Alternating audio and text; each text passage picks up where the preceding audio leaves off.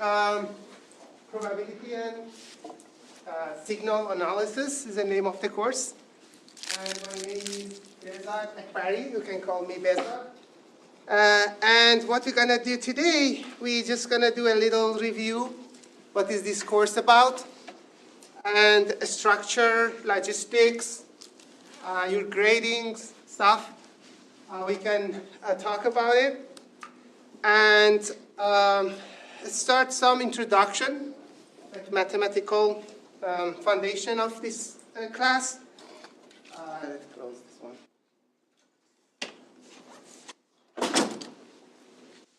Okay, so let's get started. First, a little bit about myself. I'm not seeing any familiar face, so probably you haven't had any class with me. I'm very new to this university. I'm assistant teaching professor. I have PhD. It's not impressive as a professor. Anyway, my education, I am Canadian Persian. I have two nationalities. And I got my master's and PhD at McMaster University in Canada. And I also have another master's in something else, computer architecture. It's not related to your course. But my PhD was mostly about robotics, probabilistic perceptions, and that's why I like to teach this course. This course is very aligned with research. So you can see when I teach, I can talk about so many applications of this course that you guys need to use it in real, career that you're gonna have. My research interest is mostly state estimation, like predicting the state of robots, for example, or any agents.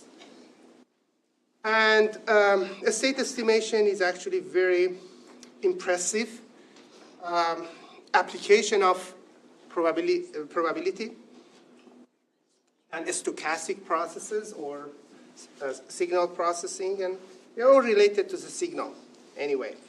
So multi-target tracking, I work specifically in multi-target tracking when multiple targets try to localize.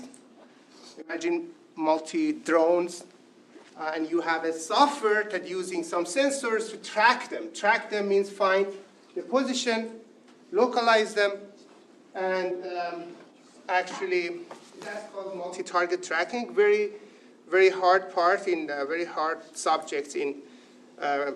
It's all probability. It's all about probability, and that's why we are here.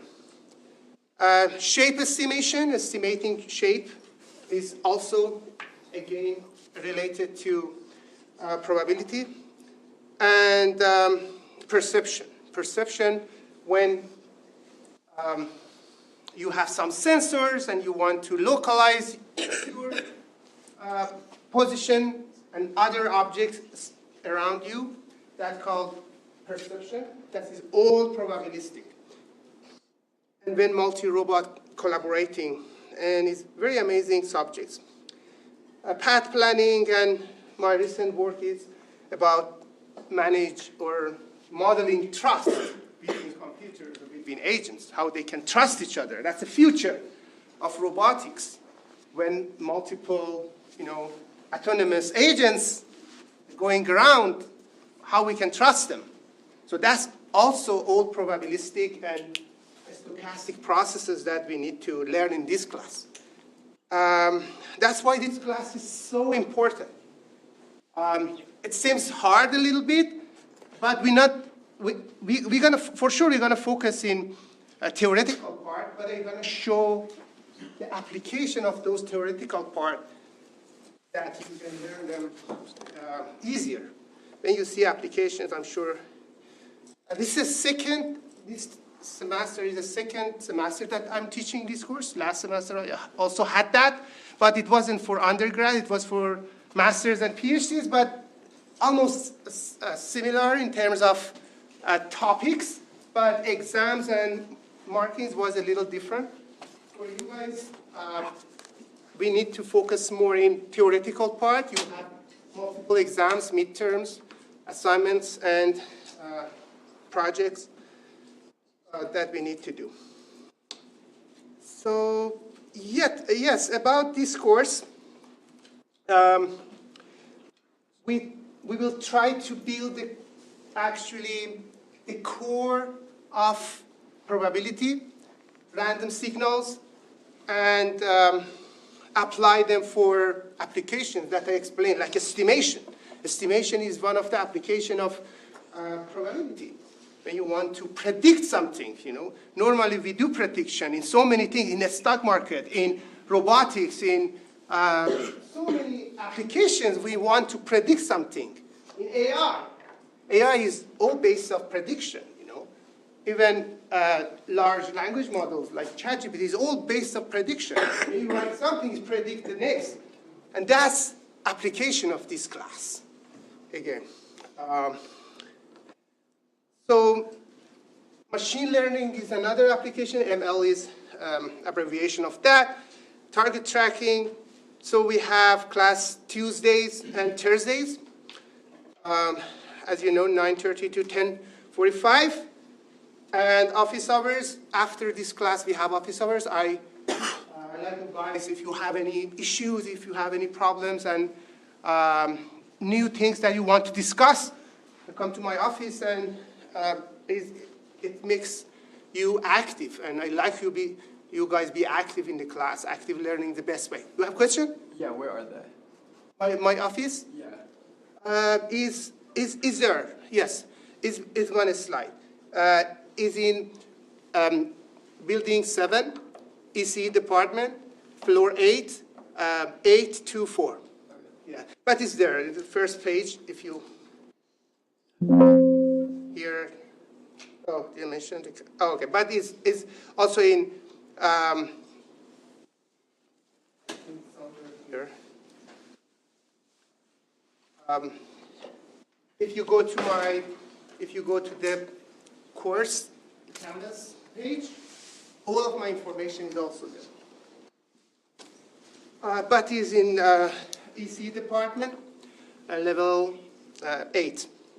I have a very good view from my room to the canal. So yes, we have office hours, and everything is based off Canvas. I'm gonna put the slides. I'm gonna put lecture notes. For each slides, I make lecture notes. And also, I like you guys, if you can, have some electronic devices like iPad, or I don't know, that doesn't need to be expensive. And when I teach, you can write in the slides. Like what I'm doing. When I'm teaching, sometimes I write in the slides. And that's a good idea if you like.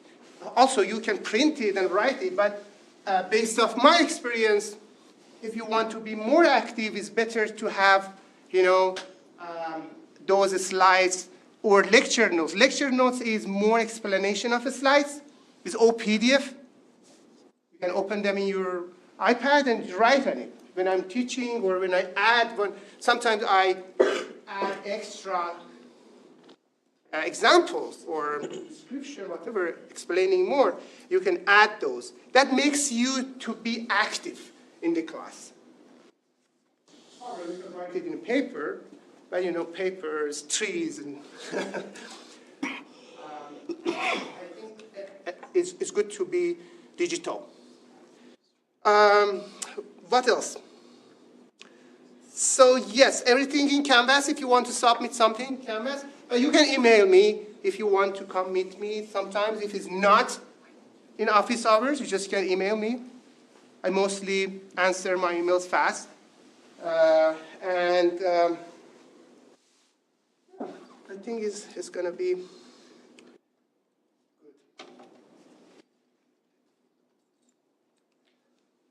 I want to add something about the...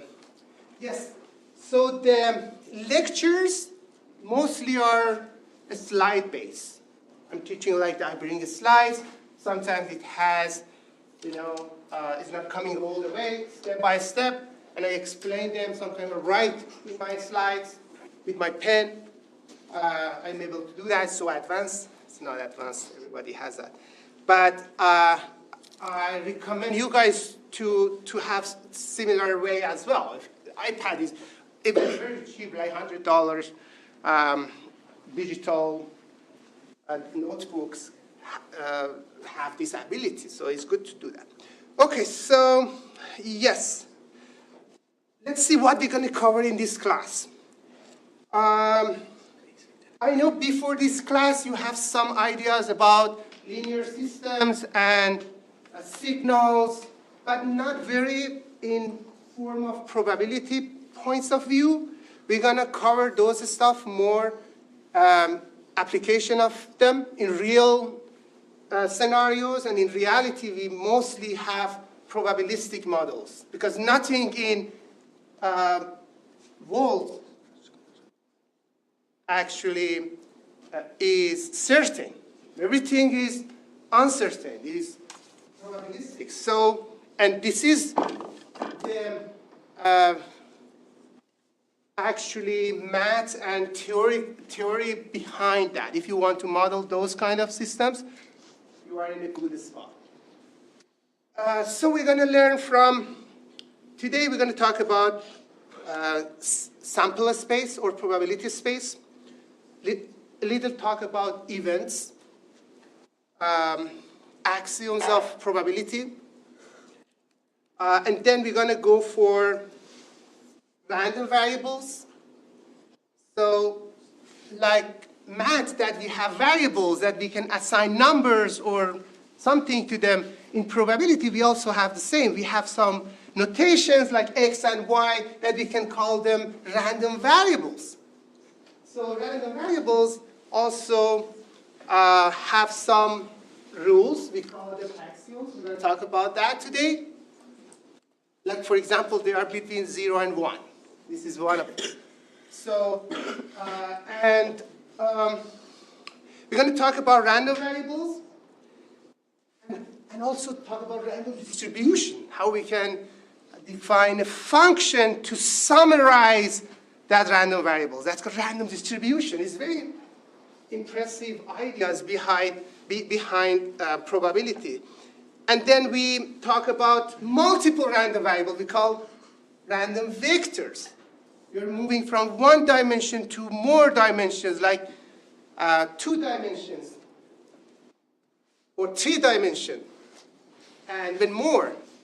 And that's going to be amazing when you look at multiple dimensions. For example, in 2 dimensions, like motion of the robot is in that space. Motion of the robot is stochastic too.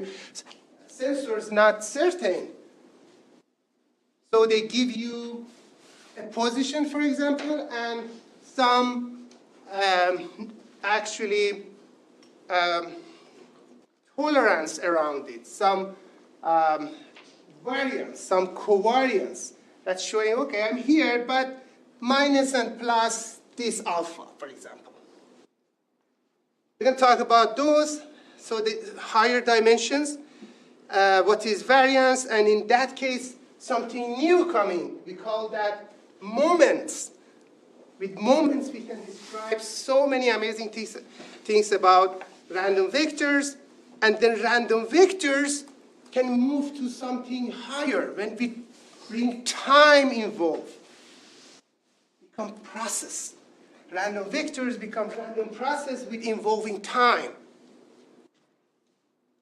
When we are adding time, we make it more realistic. So many applications changing in time. We call that process. We have different type of process. We're going to cover mostly Gaussian process, when the distribution is Gaussian, bell shape. Is actually Gaussian process open a new era in stochastic and machine learning. It's the basic of machine learning, this Gaussian process. And about processes, we talk more. We add like Poisson process, we bring Markov process. Markov process is also amazing theoretical way to explain evolution, evolving something. When you are in time, you are kind of explaining evolution. So we are modeling evolution in this class. That's amazing. And with Markov process, we can do that. Markov chain is a discrete way of that. Sometimes we are talking about analog and sometimes digital or discrete way. And in discrete way, Markov process become what Markov chain. So we're going to talk about that. Markov is actually very interesting because it makes everything simple. When we say something is Markov, means probability of that state is just related to the previous state, not before.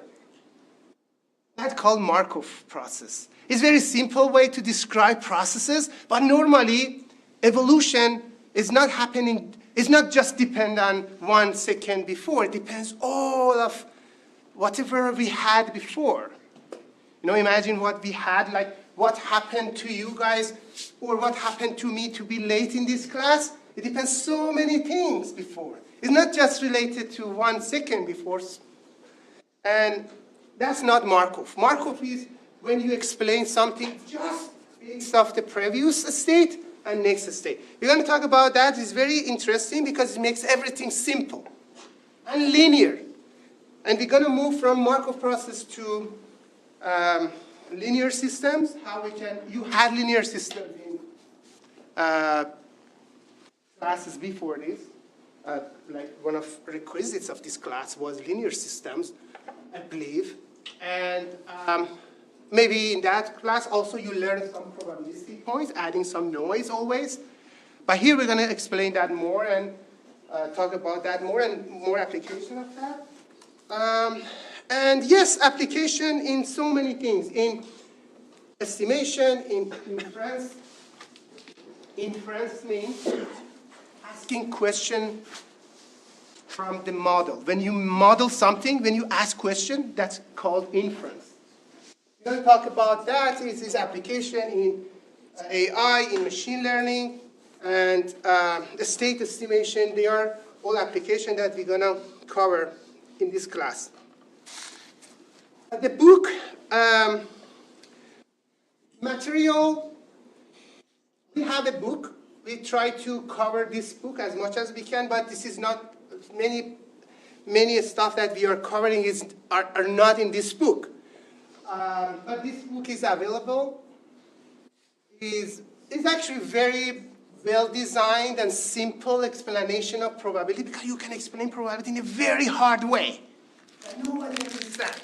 It's like writing C++, then you can write C++ the way nobody understands, or write it very nice with examples and applications. So in this book, actually explain probability and stochastic process in a very simple way. Very good ways. That's why it's for electrical and computer engineers. But we're going to go a little higher than that in some parts. And so we have Canvas. In Canvas, you can find all lecture notes. Lecture notes are enough. If you want extra, you can have the book. But if you want to see other stuff, more examples, more questions, I might choose some of those actually questions of that book for your exams too. It's good to check it out. Anyway, that's a book, but mostly you have to check Canvas regularly. Every time you want to come to the class or the night before, I try to submit the stuff 1 day before. I will try. And you can check what I'm talking about today, what you're going to learn, and it's going to help you to be active in the class, I think. Yes? Yeah, if we can find a version of the textbook elsewhere online that's not like the official university approved version, that doesn't come with like the online homework stuff, is that fine? This doesn't come with online homework. Oh, I'm pretty sure it did. Yes? Oh, okay. So, sorry, I didn't know. No, I will check it out. Sorry, are you using that at all? Yes, I use this book. No, I meant like if it has like online homework, is all the homework going to be on Canvas? I'm going to bring that on Canvas if I want to make it online. No, I'm not going to use homework based. Okay, yeah, so I just wanted to make sure it was okay to get a used copy of the textbook. But are you sure this book has this version of? I might be wrong. What they call it, Z book, something like that. Well, I will check it out. But but no, I'm not gonna use the online version. If I want, I'm gonna change it online, put it in Canvas, and use it. Yeah. Okay. Yes, I'm not that lazy. I can change it. Okay, so yes, yeah, Canvas is a base source for us. Most of material is going to be there. But the library has that too, online version. That's easy for you guys to can access online, chapter by chapter. I have chapters of that. Okay, so let's go for grading. Interesting part, grading. We have 3 exams, closed book, and midterm 1, midterm 2, and final. Is 65% of the class is exam. And you need to pass like 60% of that 65% to pass the class. Because that's a theoretical part of this class, and you need to get those parts from your knowledge. There's no ChatGPT to help you. There is no books. You need to sit here with your computer and solve the stuff that I'm asking. And it's a pure knowledge of you, and I want that to be at least 60% of that 60%. That's important. So theoretical part for this class is very important. Yes? Are the exams during our regular class times? Yes. Class is enough space, so we can have in regular, not final. Midterms are inside the class. It's a regular time, 1 hour. Yes, but final class is going to schedule probably the same class, but different days. So we have quizzes. Fridays we have quizzes. Quizzes is like 10 minutes, 15 minutes, and it's multiple choice, and it's open book. You can check your slides. That's good. Just for each week that is finishing, we're going to have some questions that you can have. We have assignments. We have multiple assignments in this class. We prefer every 2 weeks. We have like some questions that you can go home and solve them. You can use whatever you want. Even you can use ChatGPT, but I want you to know what you are writing. Because ChatGPT is not always right too, you know. And I will try to make my questions type that you don't get the answer directly from ChatGPT. This is my, I need to do that anyway. But I want you to do those things online as well. You need to submit them online, and I'm going to think about assignments, how we can arrange that. Because of these AI tools, it's become so hard for us how we can, see you learn from something. The point is you learn something, And I want to help you guys. I can't teach whatever good I am or bad I am. Is not depend on what you learn. It depends on you. You want to learn from this class, these topics are very important for you guys in the future of your career. And you're going to see application of that in AI, in machine learning, in estimation, in prediction, so many applications, most of new applications that you're going to create as electrical or computer engineer in this class, or later, it's going to be based off AI future. Future is AI. So you need to know how prediction is, AI is prediction, kind of prediction. Most of the time you're predicting something. Okay, and assignment going to be based off that. Sometimes I'm going to ask you to write some code, any code, like language that you like I prefer Python, but you can use MATLAB too for some applications, application of my topics. And you also have attendance and activation in the class. I'm going to have 5% as attendance. I want you come to the class. I want you be active. Based off my experience, the students that not coming to the class, they're not going to pass, even though I'm making videos and you can watch them, but being in a class is something else. Like if you just watch video all the time, you're not going to make a video. You know what I'm talking? If you see a movies, for example, you're not able to make a movie after 100 times just watching a movie. You need to be active. You need to ask questions. You need to come to, even with each other and talk about the course, about projects, about new assignments and new ideas. So many new ideas can come up from this class in your mind, and you can talk about it, you can write it, you can actually make it real. And grading a scale of, base of alphabet is like that. What else? Policies.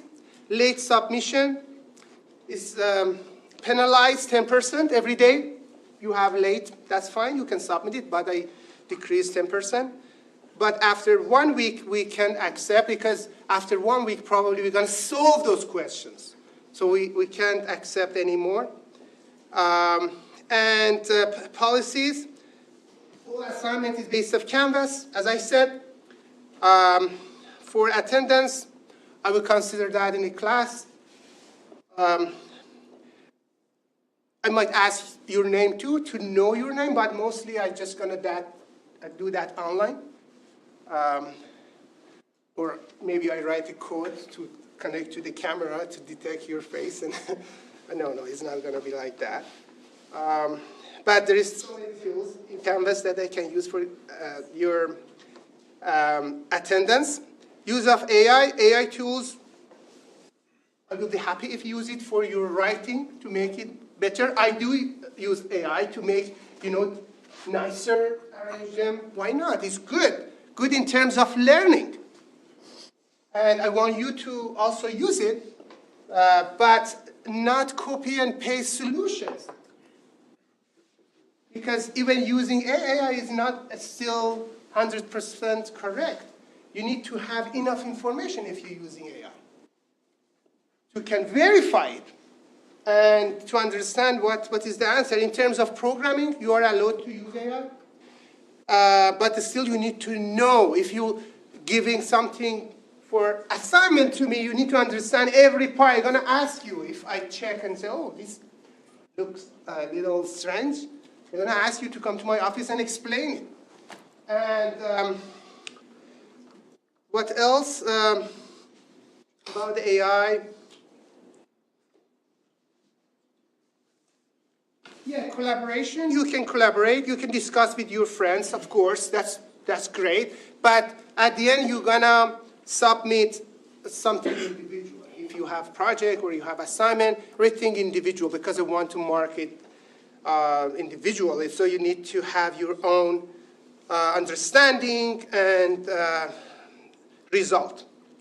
So the weekly, I divided two weeks. The topics based off 2 weeks. And based off that, we're also going to have modules in Canvas every 2 weeks. So for next 2 weeks, we're going to start theory behind actually probability rules. We call it axioms. Conditional probability, that is very important, and and practical, Bayes rule. So these first 2 weeks are very important, specifically Bayes rules. Bayes rules created something new in stochastic called Bayesian methods. Bayesian methods coming from that. Bayes did one of amazing things in computer, in AI. You know, we have 3 actually scientists that did amazing improvement in computer science. One of them is Bayes.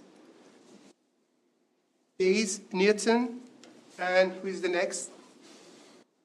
Gauss. So probably you say Gaussian, for example. Gauss, Newton, and Bayes are 3 scientists that did amazing things, specifically in AI, in machine learning, in robotics. So we're going to learn those in first 2 weeks. Then we're going to move to random variables. We have discrete random variables and continuous random variables. Discrete random variables like integer, and continuous is like function based. Some random variables are continuous. Like for example, when you are using the thermostat to check the temperature, that's a random variable. But that's continuous because it has some, for example, I don't know, 32 and something, you know, is a continuous time, or real value. So we're going to go for random variables, discrete random variables. We're going to talk about distribution of them. We're going to talk about mean, variance, and also continuous, and talk about Gaussian random variables. Gaussian random variables are very well known, and a good point about Gaussian is that you can find closed form solution. Even though everything is random, but you can find closed form solution for that. Closed form solution means optimal, 100% optimal, because is a characteristic of exponential families, and Gaussians are incredible exponential families. Because Gaussian is exponential. Exponential families. We're going to see why exponential families are so amazing in our applications. We're going to see that.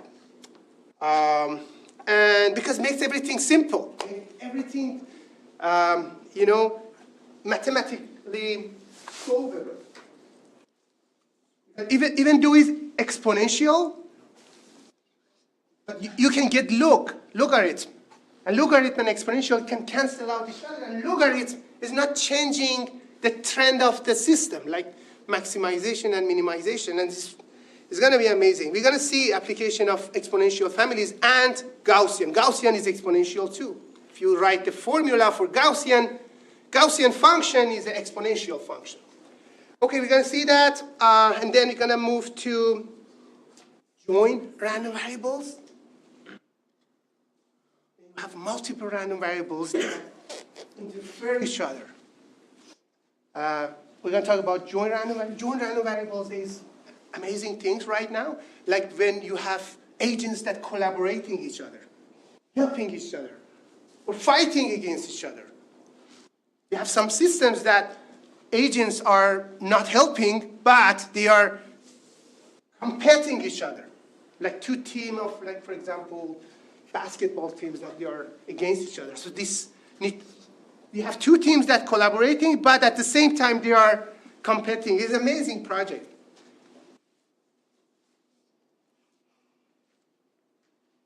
Yes, or for example, you have a team of robots, firefighters that need to go to the forest and extinguish the fire. They need to optimize, they need to collaborate, they need to find the best way, shortest path to go find a position that they need to settle, and they communicate to each other, then they move, and everything needs to be very organized. That system called collaborative. That's all coming from join random variables. Random variables, for example, are the position of the robots. And when you join them, means they are connecting to each other, they are collaborating each other, and they are actually depend on each other. Dependency. Dependency is the hardest part in actually probabilistic math or probability. And even in life, dependency is very hard to model. And trust is also dependency. Trust is based of dependency, you know. You are dependent on somebody's, for example, truth. Can I trust this information that this guy gave me? How I can trust that? How I can validate that? How I can get actually what they call it consent. They all agree with that. This is all coming in application of, again, this class. And we're going to move to higher dimension, random vectors. We're also going to talk about moments. I didn't mention here, but moments are amazing. Moments kind of showing the trend of change. For example, you want to see how it's changing, right? Direction of emotion. A robot is moving, and you take a picture and multiple pictures, and you want to see which direction this car moving or this robot moving. So you can use moments. So mathematically, you can explain that. And then we're going to talk about some estimations. MMSE, minimum mean square error, is one of the ways to estimate. How we can estimate something is better to minimize the error. That's one of the ways that we can estimate something. We're going to talk about that. And Gaussian random vectors, Bayesian filter. This is very interesting part, Bayesian filters. I told you about Bayes. How amazing is that Bayes formula, Bayes rule, that coming from Bayesian inference. When you model something Bayesian and ask questions, this is going to be in chapter, actually they are based off chapters of that book as well. Weeks 9 and 10, and then we're going to go for processes. Processes, as I explained, we bring time involved. We make sequence. And then Gaussian processes, hypothesis testing is another way to talk about probability, linear time invariant systems, and something that I recently working on, graphical models, if we can. If not, I'm going to just tell you the application of that in probabilistic perception, graphical models. That's the topic that we're going to cover in this semester. Any questions? Okay, so we just have 10 minutes, yeah? Yeah, we have about 10 minutes. We're just going to start a little bit about questions. Yes? Sorry, so you said, so the quizzes are what day of the week? You said they're Friday? Quizzes? Yeah. Okay. Yes, so we put it Wednesday. I was thinking it's Friday. Okay, Wednesdays. Wednesdays we can have, but not every week. We have just 10 quizzes, and it's just very simple multiple choice question in the class, 10 minutes. You said they're in class? Inside the class, yes. Class Tuesday. Huh? Thursday classes. Thursday. Yeah, Thursday. I said Friday? Yeah, sorry, yes. Thursday, yes. Yes, I was thinking it's Monday. I have another class. Yes, that's right. Thursdays, not Fridays. Sorry. Okay, so why probability? I explained. As an engineer, what you're going to do as an engineer, you need to model systems mathematically and then build it. So that's called engineering. You as an engineer, you need to model the world. Why you are modeling the world? Because modeling makes everything simple. When you model it, you can predict how this works, how is react, is this input coming, if this input coming, output gonna get created. So you know systems better if you model it.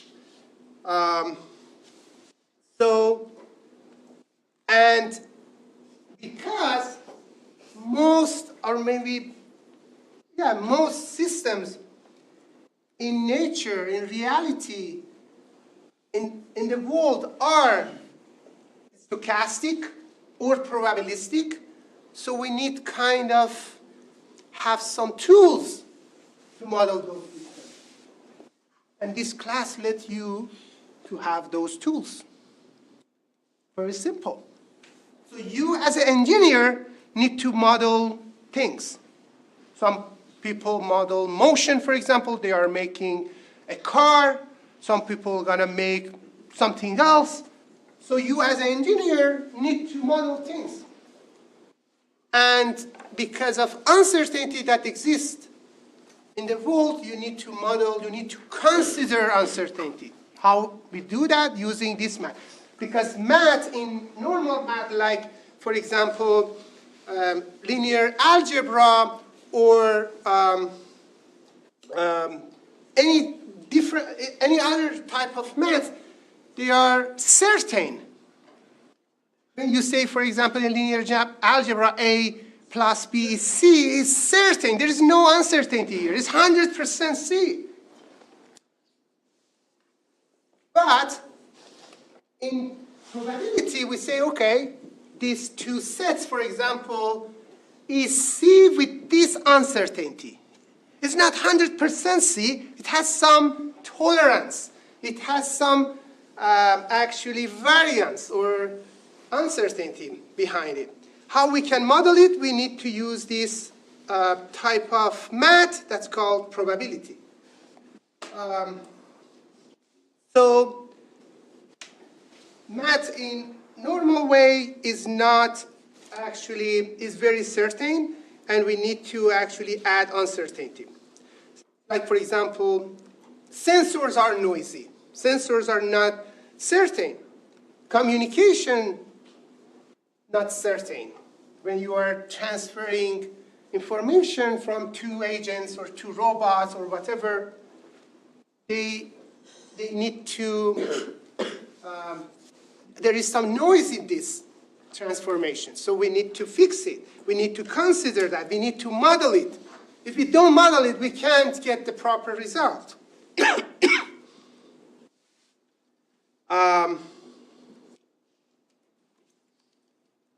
Signals fluctuate, and even physical measurements always have some errors. So, and probability is a mathematical tool that lets you quantify this uncertainty.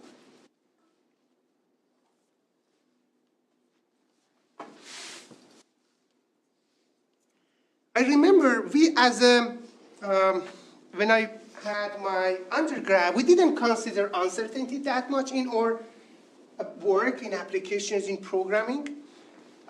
But right now, I think the effect of uncertainty becomes much higher. Even as an undergrad or as an engineer, you always need to consider that in your real application. But in master's or PhD, of course, if you want to publish a paper and you didn't consider uncertainty, that you're not going to have a good chance to publish it. Because it gets peer-reviewed and they're just going to reject it right away. I did, because I do this kind of work as well. And I reject so many papers just because they didn't consider uncertainty. Rejected right away. How you don't consider uncertainty and make something or write something like application? Everything is uncertain. You need to consider that these days. So that's why we are here. Why we want to learn probability. You're going to get one step ahead of others if you learn this and you use it in a proper way.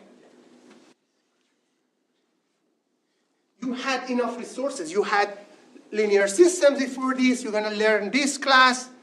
I don't know, how many of you are just you have electrical engineers and computer engineers. Robotic also? Yes? So we have these three groups. Any more?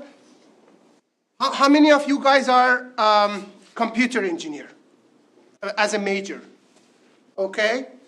Okay. How many electrical engineer? Mostly electrical engineer? Any robotic engineers? Or that's not major, isn't it? Okay, so these two are majority. Okay, good. Yeah. So mostly electrical engineering. Okay. But still, as an electrical engineer, you're going to work with robots too, yeah? So you're going to design something that is not certain. So based on this, I'm going to change my examples for you guys. Because most of my examples are based off, robotics and computer engineering and AI and machine learning. I can arrange that with that. Okay, good. So, first thing is, okay, there is no time. Let's finish it today. We're gonna talk about sample space next class. Any questions? Next class, try to install iClick. We're gonna have some, playing with iClick. Maybe I ask you a question. Active learning. Okay, have a good day.